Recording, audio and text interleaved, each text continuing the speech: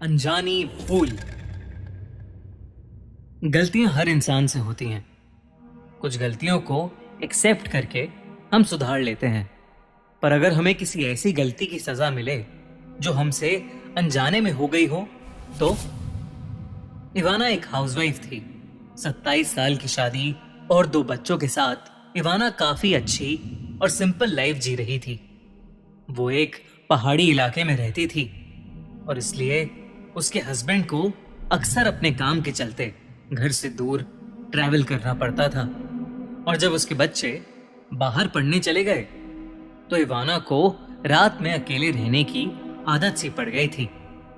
एक रात करीबन 12:30 बजे इवाना के घर की बेल बजी।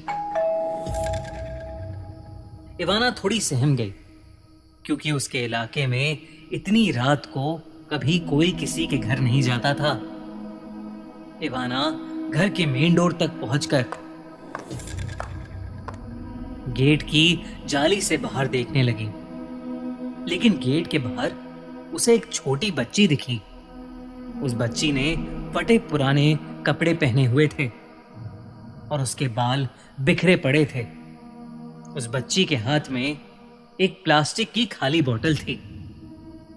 इवाना को इतनी रात में एक छोटी बच्ची का गेट पर आना काफी अजीब लगा, तो इवाना ने बच्ची से पूछा कि वो कौन है और इतनी रात को वो उसके घर पर क्या कर रही है। वो छोटी बच्ची इवाना को पानी की बोतल दिखाकर कहने लगी कि वो प्यासी है और उसे पानी चाहिए। ये कहते ही उस बच्ची ने रोना शुरू कर दिया। उसने इवाना से कहा कि उसने सुबह से पानी नहीं पिया है। एक छोटी बच्ची को रोता देख इवाना को उस पर तरस आ गया। उसने दरवाजे को हल्का सा खोलकर उस बच्ची से पानी की बोतल ली और उसे इंतजार करने को कहकर अंदर पानी भरने चली गई। कुछ ही देर में इवाना पानी की भरी बोतल लेकर वापस आई तो उसने देखा कि गेट पर अब कोई भी नहीं है। इवाना ने गेट से थोड़ा बाहर निकलकर भी देखा, पर उसे वो बच्ची कहीं दिखाई नहीं दी। इवाना वो पानी की बोतल गेट के बाहर छोड़कर ही घर के अंदर आ गई।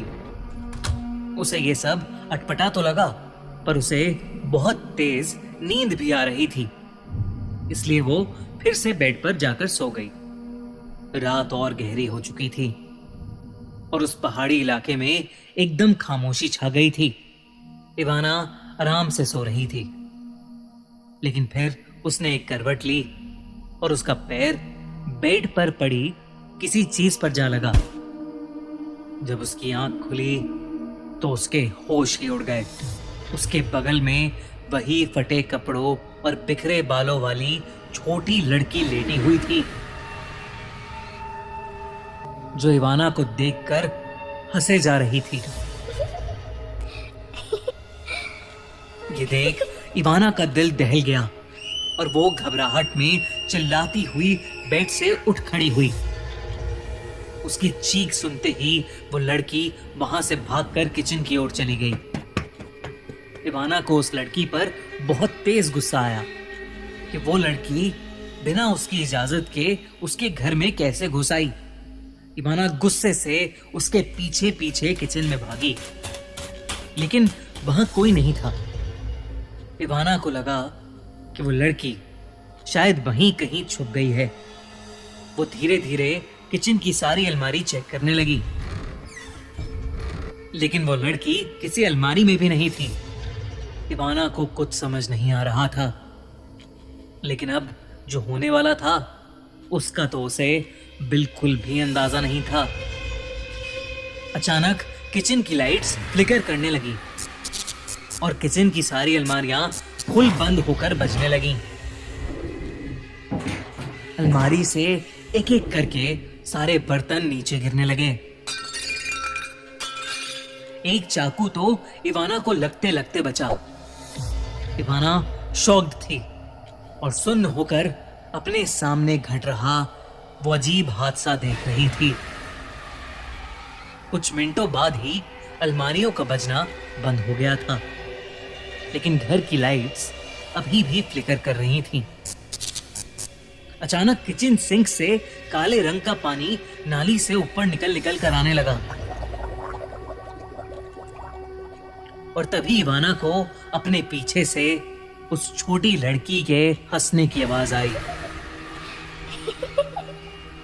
वो मुड़ी तो उसने देखा कि वो छोटी लड़की इवाना की घबराई हुई हालत देखकर जोरों से हंस रही थी और ताली बजा रही थी। इवाना जैसे ही उसके पास जाने के लिए आगे बढ़ी, अचानक इवाना को ऐसा लगा जैसे किसी ने पीछे से इवाना के बाल खींचे हों। इससे पहले कि वो रिएक्ट कर पाती, उसके बाल किचन सिंक की नाली में फंस गए और वो उसी नाली की तरफ खींचे जा रहे थे। अब भी उसमें से गंदा काला पानी निकल रहा था, जिसकी वजह से इवाना का मुंह उस पानी में डूब गया और उसे सांस आनी बंद हो गई। इवाना बुरी तरह तड़प रही थी, पर उसने बहुत जोर लगाया और अपने आप को सिंक से दूर धक्का दिया। वो उस किचन सिंक के चंगुल से तो छूट गई, लेकिन उसे बहुत तेज दर्द हो रहा था। पूरे सिंक में अब उसके टूटे हुए बाल पड़े थे। इवाना ने अपनी सांसें संभाली और घर में इधर उधर नजरें दौड़ाईं, पर वो छोटी लड़की कहीं नहीं थी।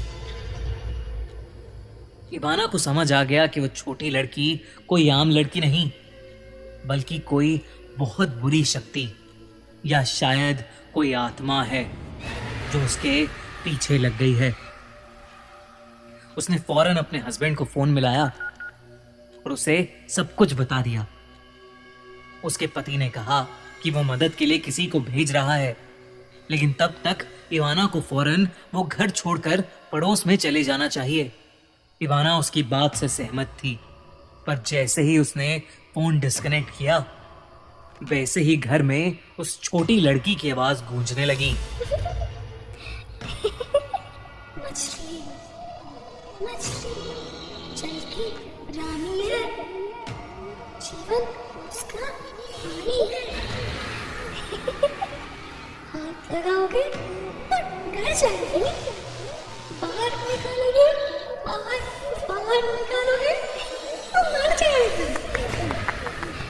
और अचानक वो लड़की इवाना के सामने आ गई और उसका गला घोंटने लगी। तभी इवाना के दरवाजे की घंटी बजी और जोर से दरवाजे पर खटखट हुई। उसके पड़ोसी उसकी चीखें सुनकर वहां आ चुके थे, पर वो छोटी लड़की अभी भी इवाना का गला घोंट रही थी।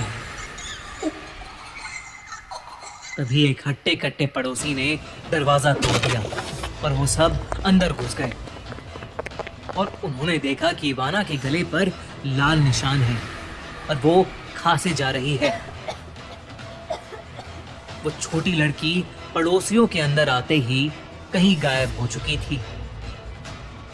इवाना के पड़ोसियों ने उसे पानी पिलाया और उसे शांत कराया। उस रात से करीबन हफ्ते भर पहले ही इवाना और उसका परिवार कहीं घूमने गए थे। वहां पर घूमते हुए इवाना का पांव जमीन में पड़ी एक अंगूठी के ऊपर पड़ गया था और उसे इवाना घर ले आई थी। इवाना ने देखा कि अगली सुबह वो अंगूठी उसके हाथों से गायब थी। उसे समझ आ गया कि उस लड़की की आत्मा का कनेक्शन उसी अंगूठी से था। इवाना और उसके परिवार ने उसी दिन अपने घर का एग्जॉर्सिज्म यानी शुद्धिकरण करवाया और उस दिन के बाद से इवाना को वो लड़की फिर कभी नहीं दिखी। पर अब इवाना रोज रात को अनजाने में हुई गलतियों की माफी मांग कर सोती है।